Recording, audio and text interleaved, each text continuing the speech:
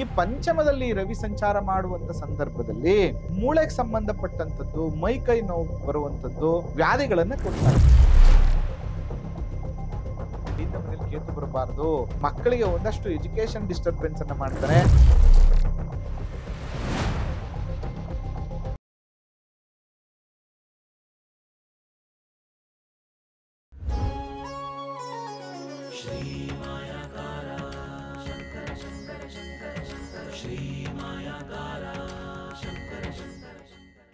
ಶ್ರೀ ಗುರುಭ್ಯೋ ನಮಃ. ಮಾಯಕಾರ ಪ್ರಭುವೇ ನಮಃ. ಗಣೇಶ ದೇವಿ ವಾಗ್ದೇವಿ ಮಮ ವಾಕ್ಯ ಸಿದ್ಧಿ ಕುರು ಕುರು ಸ್ವಹ. ಓಂ ನಮೋ ಭಗವತಿ ಚಾಮುಂಡೇಶ್ವರಿ ಮಲಯಾಳ ಸ್ವರೂಪಿಣಿ ಸರ್ವ ಸಿದ್ಧಿಕಾರಿಣಿ ಸತ್ಯಂ ಬ್ರೂಹಿ ಸ್ವಹ.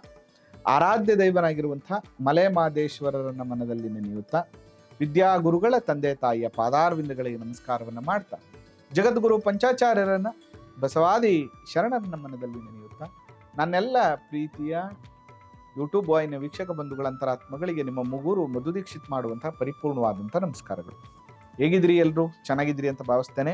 ಇನ್ನೂ ಯಾರೆಲ್ಲ ನಮ್ಮ ಚಾನೆಲ್ನ ಸಬ್ಸ್ಕ್ರೈಬ್ ಆಗಿಲ್ಲ, ಫಾಲೋ ಮಾಡಿಲ್ಲ, ದಯವಿಟ್ಟು ಮಾಡಿ ಅಂತ ಹೇಳ್ತಾ, ಇವತ್ತು ಅನೇಕ ದಿನಗಳಿಂದ ತುಂಬ ಜನ ನನಗೆ ಮೆಸೇಜ್ ಮಾಡ್ತಾ ಇದ್ರು, ಗುರುಗಳೇ ನೀವು ಒಂದಷ್ಟು ರಾಶಿ ಭವಿಷ್ಯಗಳ ಬಗ್ಗೆ, ಮಾಸ ಭವಿಷ್ಯಗಳ ಬಗ್ಗೆ ತಿಳಿಸಿ, ಜನರಲ್ ಪ್ರೋಗ್ರಾಮ್ಸ್ಗಳು ಜಾಸ್ತಿ ಮಾಡ್ತೀರಿ ಅಂತ. ಆ ನಿಟ್ಟಿನಲ್ಲಿ ಈ ತಿಂಗಳ ಒಂದು ಭವಿಷ್ಯವನ್ನ, ಅಂದರೆ ಸೆಪ್ಟೆಂಬರ್ ತಿಂಗಳ ಭವಿಷ್ಯವನ್ನ ಒಂದು ಸರಿಯಾದ ಕ್ರಮದಲ್ಲಿ ನಿಮ್ಗೆ ಹೇಳುವಂತಹ ಒಂದು ಪುಟ್ಟ ಪ್ರಯತ್ನವನ್ನ ಈ ಸಂಚಿಕೆಯಲ್ಲಿ ಮಾಡ್ತೇನೆ. ನೋಡಿ, ಗೋಚಾರ ಫಲ ಅಂದ್ರೇನು, ಜಾತಕ ಬಲ ಅಂದ್ರೆ, ಜಾತಕ ಅಂದ್ರೆ ನಿಮ್ಮ ಲೈಫ್ ಇವೆಂಟ್. ಒಂದು ಕಾರ್ ಅಂತ ಇಟ್ಕೊಳ್ಳಿ. ಕಾರಲ್ಲಿ ನೀವು ಮೈಸೂರು ಟು ಬೆಂಗಳೂರು ಟ್ರಾವೆಲ್ ಮಾಡಬೇಕು. ಆದ್ರೆ ಆ ದಾರಿ ಮಧ್ಯದಲ್ಲಿ ಬರುವಂತಹ ಹಂಪ್ಸ್ಗಳಿರ್ಬೋದು, ಟರ್ನಿಂಗ್ಸ್ಗಳಿರ್ಬೋದು, ಅಕ್ಕಪಕ್ಕ ಬರುವಂತಹ ವೆಹಿಕಲ್ಗಳಿರ್ಬೋದು, ಇದನ್ನೇ ಗೋಚಾರ ಅಂತ ಕರಿತೀವಿ. ಅದಕ್ಕೆ ಜಾತಕವೂ ಚೆನ್ನಾಗಿದ್ದು ಗೋಚಾರವೂ ಚೆನ್ನಾಗಿದ್ದಾಗ ನಮ್ಮ ಲೈಫ್ ತುಂಬಾ ಈಸಿಯಾಗಿ ಹೋಗುತ್ತೆ. ಆದ್ರೆ ಯಾವಾಗ ಗೋಚಾರದಲ್ಲಿ ಒಂದಷ್ಟು ವೇರಿಯೇಷನ್ಸ್ ಇರ್ತದೋ, ಹೋಗುವಾಗ ಟ್ರಾವೆಲ್ ಮಾಡುವಾಗ ಅನೇಕ ಒಂದಷ್ಟು ಸಮಸ್ಯೆಗಳು ನಮ್ಮ ಜೀವನದಲ್ಲಿ ಬರ್ತಾ ಹೋಗುತ್ತೆ. ಆ ನಿಟ್ಟಿನಲ್ಲಿ ಈ ಸೆಪ್ಟೆಂಬರ್ ತಿಂಗಳಲ್ಲಿ ಏನೆಲ್ಲ ಸಮಸ್ಯೆಗಳು ಬರ್ಬೋದು ಅಂತ ಬಂದ್ರೆ ಬಹಳ ಚೆನ್ನಾಗಿದೆ ಈ ಬಾರಿ ಗೋಚಾರ ಫಲ. ಅದರಲ್ಲಿ ಮೊದಲನೇದಾಗಿ ಮೇಷರಾಶಿಯವರಿಗೆ ಅಂತ ಬಂದಾಗ ನೋಡಿ, ಈ ಮೇಷರಾಶಿಯವರಿಗೆ ಪಂಚಮದಲ್ಲಿ ರವಿ ಸಂಚಾರ ಮಾಡ್ತಾ ಇದ್ದಾನೆ. ಈ ಪಂಚಮದಲ್ಲಿ ರವಿ ಸಂಚಾರ ಮಾಡುವಂತ ಸಂದರ್ಭದಲ್ಲಿ ಅವನು ಸ್ವಲ್ಪ ಮೂಳೆಗೆ ಸಂಬಂಧಪಟ್ಟಂಥದ್ದು, ಮೈ ಕೈ ನೋವು ಬರುವಂಥದ್ದು, ವ್ಯಾಧಿಗಳನ್ನ ಕೊಡ್ತಾನೆ. ಮತ್ತೆ ಎರಡನೇದು ಬಂದು ಕುಜ. ನೋಡಿ, ಕುಜ ಬಂದು 6ನೇ ಮನೆಯಲ್ಲಿ ಸಂಚಾರ ಮಾಡ್ತಾ ಇರುವಂಥದ್ದು. It is very good. 6ನೇ ಮನೆಯಲ್ಲಿ ಪಾಪಗ್ರಹಗಳ ಸಂಚಾರ ಶುಭ ಫಲವನ್ನೇ ಕೊಡ್ತದೆ. ಲಕ್ಷ್ಮೀಕರ ಫೈನಾನ್ಷಿಯಲ್ ಇಂಪ್ರೂವ್ಮೆಂಟ್ ಅನ್ನ ಕೊಡ್ತಾನೆ. ಭೂಮಿ ಖರೀದಿ, ಭೂಮಿಯಿಂದ ಅನುಕೂಲ, ರಿಯಲ್ ಎಸ್ಟೇಟ್ ಅಲ್ಲಿ ಅನುಕೂಲ ಆಗುವಂಥದ್ದು, ರಿಯಲ್ ಎಸ್ಟೇಟ್ ಬಿಸ್ನೆಸ್ ಅಲ್ಲಿ ಒಂದಷ್ಟು ದುಡ್ಡು ಕಾಸು ಬರುವಂತಹ ಯೋಗ ನಿಮಗೆ ಪ್ರಾಪ್ತಿ ಆಗತ್ತೆ. ಇನ್ನು 5ನೇ ಮನೆಯಲ್ಲಿ ಬುಧ. ಈ ಬುಧ ಇದಾನಲ್ಲ, ಈ ಬುಧ ಅಷ್ಟೊಂದು ಪಾಸಿಟಿವ್ ಗ್ರಹ 5ನೇ ಮನೆಯಲ್ಲಿ ಅಲ್ಲ. 5ನೇ ಮನೆ ಬಂದು ಅಪಕೀರ್ತಿಯನ್ನ ಕೊಡುವಂತ ಭಾವ. ಬುಧ ಅಂದ್ರೆ ಬಂಧು, ಜ್ಞಾನ, ನಾಲೆಡ್ಜ್, ಸ್ನೇಹಿತರು, ಅವ್ರ ಜೊತೆಗೆ ಒಂದಷ್ಟು ಕಿತ್ತಾಟಗಳು, ಕಿರಿಕಿರಿ ಆಗುವಂಥದ್ದು ಮತ್ತು ಅಪಕೀರ್ತಿ ಬರುವಂತಹ ಯೋಗಗಳು, ಜಗಳಗಳಾಗುವಂಥದ್ದು ಇರ್ತದೆ. ಅದಕ್ಕೆ ನೀವೇನ್ ಮಾಡಬೇಕು ಅಂದ್ರೆ ವಿಷ್ಣು ದೇವಸ್ಥಾನಕ್ಕೆ ಹೋಗ್ಬಿಟ್ಟು ಬುಧವಾರದ ದಿನ ಈ 4 ವಾರಗಳು, ಸೆಪ್ಟೆಂಬರ್ ಅಲ್ಲಿ ಬರುವಂತ 4 ವಾರಗಳಲ್ಲಿ ವಿಷ್ಣು ದೇವಸ್ಥಾನದಲ್ಲಿ ಒಂದು ಅರ್ಚನೆ, ಹೆಸರುಕಾಳು ದಾನವನ್ನ ಮಾಡಿ. ಇನ್ನು ಗುರು 3ನೇ ಮನೆಯಲ್ಲಿ ಸಂಚಾರ ಮಾಡ್ತಾ ಇದ್ದಾನೆ ಮೇಷರಾಶಿಯವರಿಗೆ. ಗುರು 1 ವರ್ಷ ಸಂಚಾರ ಮಾಡ್ತಾನೆ. ಅದರಲ್ಲಿ ಕೂಡ ಈ ಸೆಪ್ಟೆಂಬರ್ ಅಲ್ಲಿ 3ನೇ ಮನೆಯಲ್ಲಿ ಇರೋದ್ರಿಂದ ಶುಭ ಫಲಗಳು. 3ನೇ ಮನೆ ಬಂದು ತಮ್ಮ ತಂಗಿ ಇದ್ರೆ ಜಗಳಗಳಾಗುವಂಥದ್ದು, ಯಾವ್ದಾದ್ರು ಕೆಲಸವನ್ನ ಮಾಡುವಂತ ಸಂದರ್ಭದಲ್ಲಿ ಧೈರ್ಯ ಬರದೇ ಇರುವಂತಹ ಸಮಸ್ಯೆಗಳಾಗುವಂಥದ್ದಾಗ್ತದೆ. ಅನೇಕ ಸಮಸ್ಯೆಗಳನ್ನ ಅನುಭವಿಸುವಂಥದ್ದು, ಒಂದಷ್ಟು ಕಿರಿಕಿರಿಗಳಾಗುವಂತಹ ಯೋಗ ಬರ್ತದೆ. ಸ್ವಲ್ಪ ಹುಷಾರಾಗಿರಿ. ನೀವು ಮಾಡ್ಬೇಕಾಗಿರೋದೇನೆಂದ್ರೆ ಶಿವನ್ ಟೆಂಪಲ್ಗೆ ಹೋಗಿ, ಪ್ರತಿ ಗುರುವಾರ ಶಿವನ್ ಟೆಂಪಲ್ಗೆ ಹೋಗ್ಬಿಟ್ಟು ಎಳ್ನೀರು ಕೊಟ್ಬಿಟ್ಟು ಬನ್ನಿ. ಇನ್ನು ಶುಕ್ರ ನೋಡಿ, ಶುಕ್ರ ನಿಮ್ಗೆ ಏನ್ ಮಾಡ್ತಾ ಇದ್ದಾನೆ, 5ನೇ ಮನೆಯಲ್ಲಿ ಸಂಚಾರ ಮಾಡ್ತಾ ಇದ್ದಾನೆ.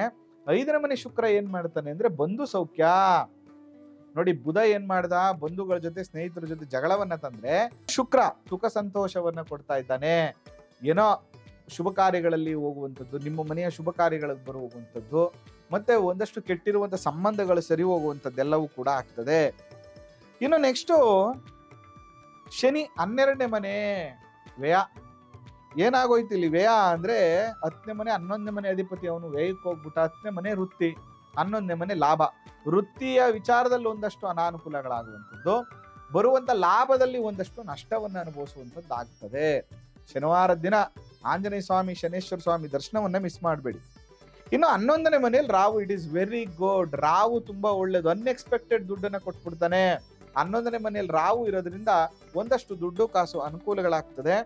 ಆದ್ರೆ ಈ 5ನೇ ಮನೆಯಲ್ಲಿ ಕೇತು ಇದಾನಲ್ಲ, 5ನೇ ಮನೆಯಲ್ಲಿ ಕೇತು ಬರಬಾರದು. ಅವನು ನಿಮ್ಮ ಮಕ್ಕಳಿಗೆ ಒಂದಷ್ಟು ಎಜುಕೇಶನ್ ಡಿಸ್ಟರ್ಬೆನ್ಸ್ ಅನ್ನ ಮಾಡ್ತಾನೆ, ಅಥವಾ ಮಕ್ಕಳ ಜೊತೆ ನಿಮಗೆ ಕಿರಿಕಿರಿ ಆಗುವಂತ ಸಾಧ್ಯತೆಗಳು ಕೂಡ ಇರ್ತದೆ. ಆದ್ರೆ ಸೆಪ್ಟೆಂಬರ್ 17ನೇ ತಾರೀಕು ಆದ್ಮೇಲೆ ನೋಡಿ, ಬುಧ ಮತ್ತೆ ಕುಜ ಇಬ್ರು ಸರಿ ಹೋಗಿ ಚೇಂಜ್ ಆಗ್ತಾ ಇದ್ದಾರೆ. ಏನ್ ಮಾಡ್ತಾ ಇದ್ದಾನೆ, ಕುಜ 6ನೇ ಮನೆಯಲ್ಲಿ ಇದ್ದ. ನಾನು ಹೇಳಿದೆ ನಿಮ್ಗೆ ಸೆಪ್ಟೆಂಬರ್ ಅಲ್ಲಿ ಒಂದಷ್ಟು ಭೂಮಿ, ಹಣಕಾಸು ವ್ಯವಹಾರ, ರಿಯಲ್ ಎಸ್ಟೇಟ್ ಅನುಕೂಲ ಬಿಫೋರ್ 17th ಒಳಗಡೆ.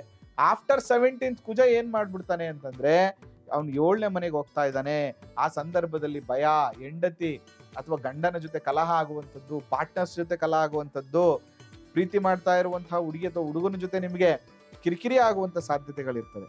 ಆದ್ರೆ ಬುಧ ಬಂದು 6ನೇ ಮನೆಗೆ ಹೋಗ್ಬಿಡ್ತಾನೆ. 6ನೇ ಮನೆಯಲ್ಲಿರುವಂತ ಬುಧ ಸ್ವಕ್ಷೇತ್ರದಲ್ಲಿ ಸ್ಥಿತನಾಗ್ತಾನೆ, ಉಚ್ಚ ಸ್ಥಾನದಲ್ಲಿ ಸ್ಥಿತನಾಗ್ತಾನೆ. ದ್ರವ್ಯ ಲಾಭ, ಯಶಸ್ಸು, ಸಂತೋಷ, ಆನಂದ, ಎಜುಕೇಶನ್, ನಾಲೆಡ್ಜ್ ಎಲ್ಲವನ್ನ ಅಭಿವೃದ್ಧಿ ಮಾಡ್ತಾನೆ. ಮತ್ತೆ ಒಂದಷ್ಟು ಸಾಲವನ್ನ ತೀರಿಸುವಂತಹ ಯೋಗ ಕೂಡ ನಿಮಗೆ ಆಫ್ಟರ್ 17th ಬುಧ ಕೊಡ್ತಾನೆ. ಇದಿಷ್ಟು ಕೂಡ ಎಲ್ಲ ಗ್ರಹಗಳು ಸೆಪ್ಟೆಂಬರ್ ತಿಂಗಳಲ್ಲಿ ನಿಮಗೆ ಕೊಡ್ತಾ ಇರುವಂತಹ ಶುಭ ಫಲಗಳು. ಅದಕ್ಕೆ ಯಾವಾಗ್ಲೂ ಕೂಡ ನಾವೇನ್ ಮಾಡಬೇಕು ಅಂತಂದ್ರೆ, ಜನರಲ್ ಆಗಿ ಅದು ಒಳ್ಳೇದಾಗತ್ತೆ, ಇದು ಒಳ್ಳೇದಾಗತ್ತೆ, ಇದು ಕೆಟ್ಟದ್ದಾಗತ್ತೆ ಹಂಗಲ್ಲ. ಪ್ರತಿಯೊಂದು ಕೂಡ ನಿಮ್ಗೆ ಬಹಳ ವಿಶೇಷವಾಗಿ ಗ್ರಹಸ್ಥಿತಿಗಳು ನಿಮ್ಗೆ ಉಲ್ಲೇಖವನ್ನ ಮಾಡ್ತವೆ. ಅದರಿಂದ ನೋಡಿ, ಈಗ ಒಟ್ಟಾರೆಯಾಗಿ ನಿಮಗೆ 1, 2, 3, 4 ಆಲ್ಮೋಸ್ಟ್ 50-50 ನೋಡಿ. ಒಂದಷ್ಟು ಶುಭ ಫಲಗಳು ಇದ್ರೆ ಒಂದಷ್ಟು ಅಶುಭ ಫಲಗಳಿರೋದ್ರಿಂದ ಮೇಷರಾಶಿ ಅವರಿಗೆ ಈ ಸೆಪ್ಟೆಂಬರ್ ತಿಂಗಳಲ್ಲಿ ಶುಭ ಮತ್ತು ಅಶುಭ ಫಲಗಳು ಎರಡು ಕೂಡ ಈಕ್ವಲ್ ಆಗಿರ್ತದೆ. ಈಕ್ವಲ್ ಆಗಿ ನೀವು ಅನುಭವಿಸ್ಬೇಕಾಗ್ತದೆ. ಮತ್ತು ಯಾವೆಲ್ಲ ಗ್ರಹಗಳು ನಿಮಗೆ ವೀಗಿದ್ದಾರೆ ಈ ಮಾಸದಲ್ಲಿ ಅವರಿಗೆ ಪರಿಹಾರಗಳನ್ನು ಕೂಡ ನಾನು ತಿಳಿಸ್ಕೊಟ್ಟಿದ್ದೇನೆ. ಅದನ್ನ ಫಾಲೋ ಮಾಡೋದ್ರಿಂದ 100% ಒಳ್ಳೇದಾಗತ್ತೆ. ನಿಮಗೆ ಕೂಡ ಈ ಸಂಚಿಕೆ ಇಷ್ಟ ಆಗಿದ್ರೆ ಇದರ ಬಗ್ಗೆ ಕಾಮೆಂಟ್ ಮಾಡಿ. ಇನ್ನೂ ಹೆಚ್ಚಿನ ಸಂಚಿಕೆಗಳನ್ನ ಮಾಡುವಂಥದ್ದು ಮಾಡಬೇಕಾ ಬೇಡವಾ, ರಾಶಿ ಫಲಗಳ ಬಗ್ಗೆ ಅನ್ನುವಂಥದ್ದನ್ನು ಡಿಸೈಡ್ ಮಾಡ್ತೇನೆ ಅಂತ ಹೇಳ್ತಾ, ಮಲೆಮಹದೇಶ್ವರರ ಅನುಗ್ರಹ ಸದಾ ಇರಲಿ. ನಿಮಗೂ ಕೂಡ ವಾಸ್ತು, ಜ್ಯೋತಿಷ್ಯ ವಿಚಾರಗಳ ತಿಳ್ಕೋಬೇಕು, ಕಲಿಬೇಕು ಅಂದ್ರೆ ನೇರವಾಗಿ ಭೇಟಿ ಮಾಡಿ. ನಮಸ್ಕಾರ.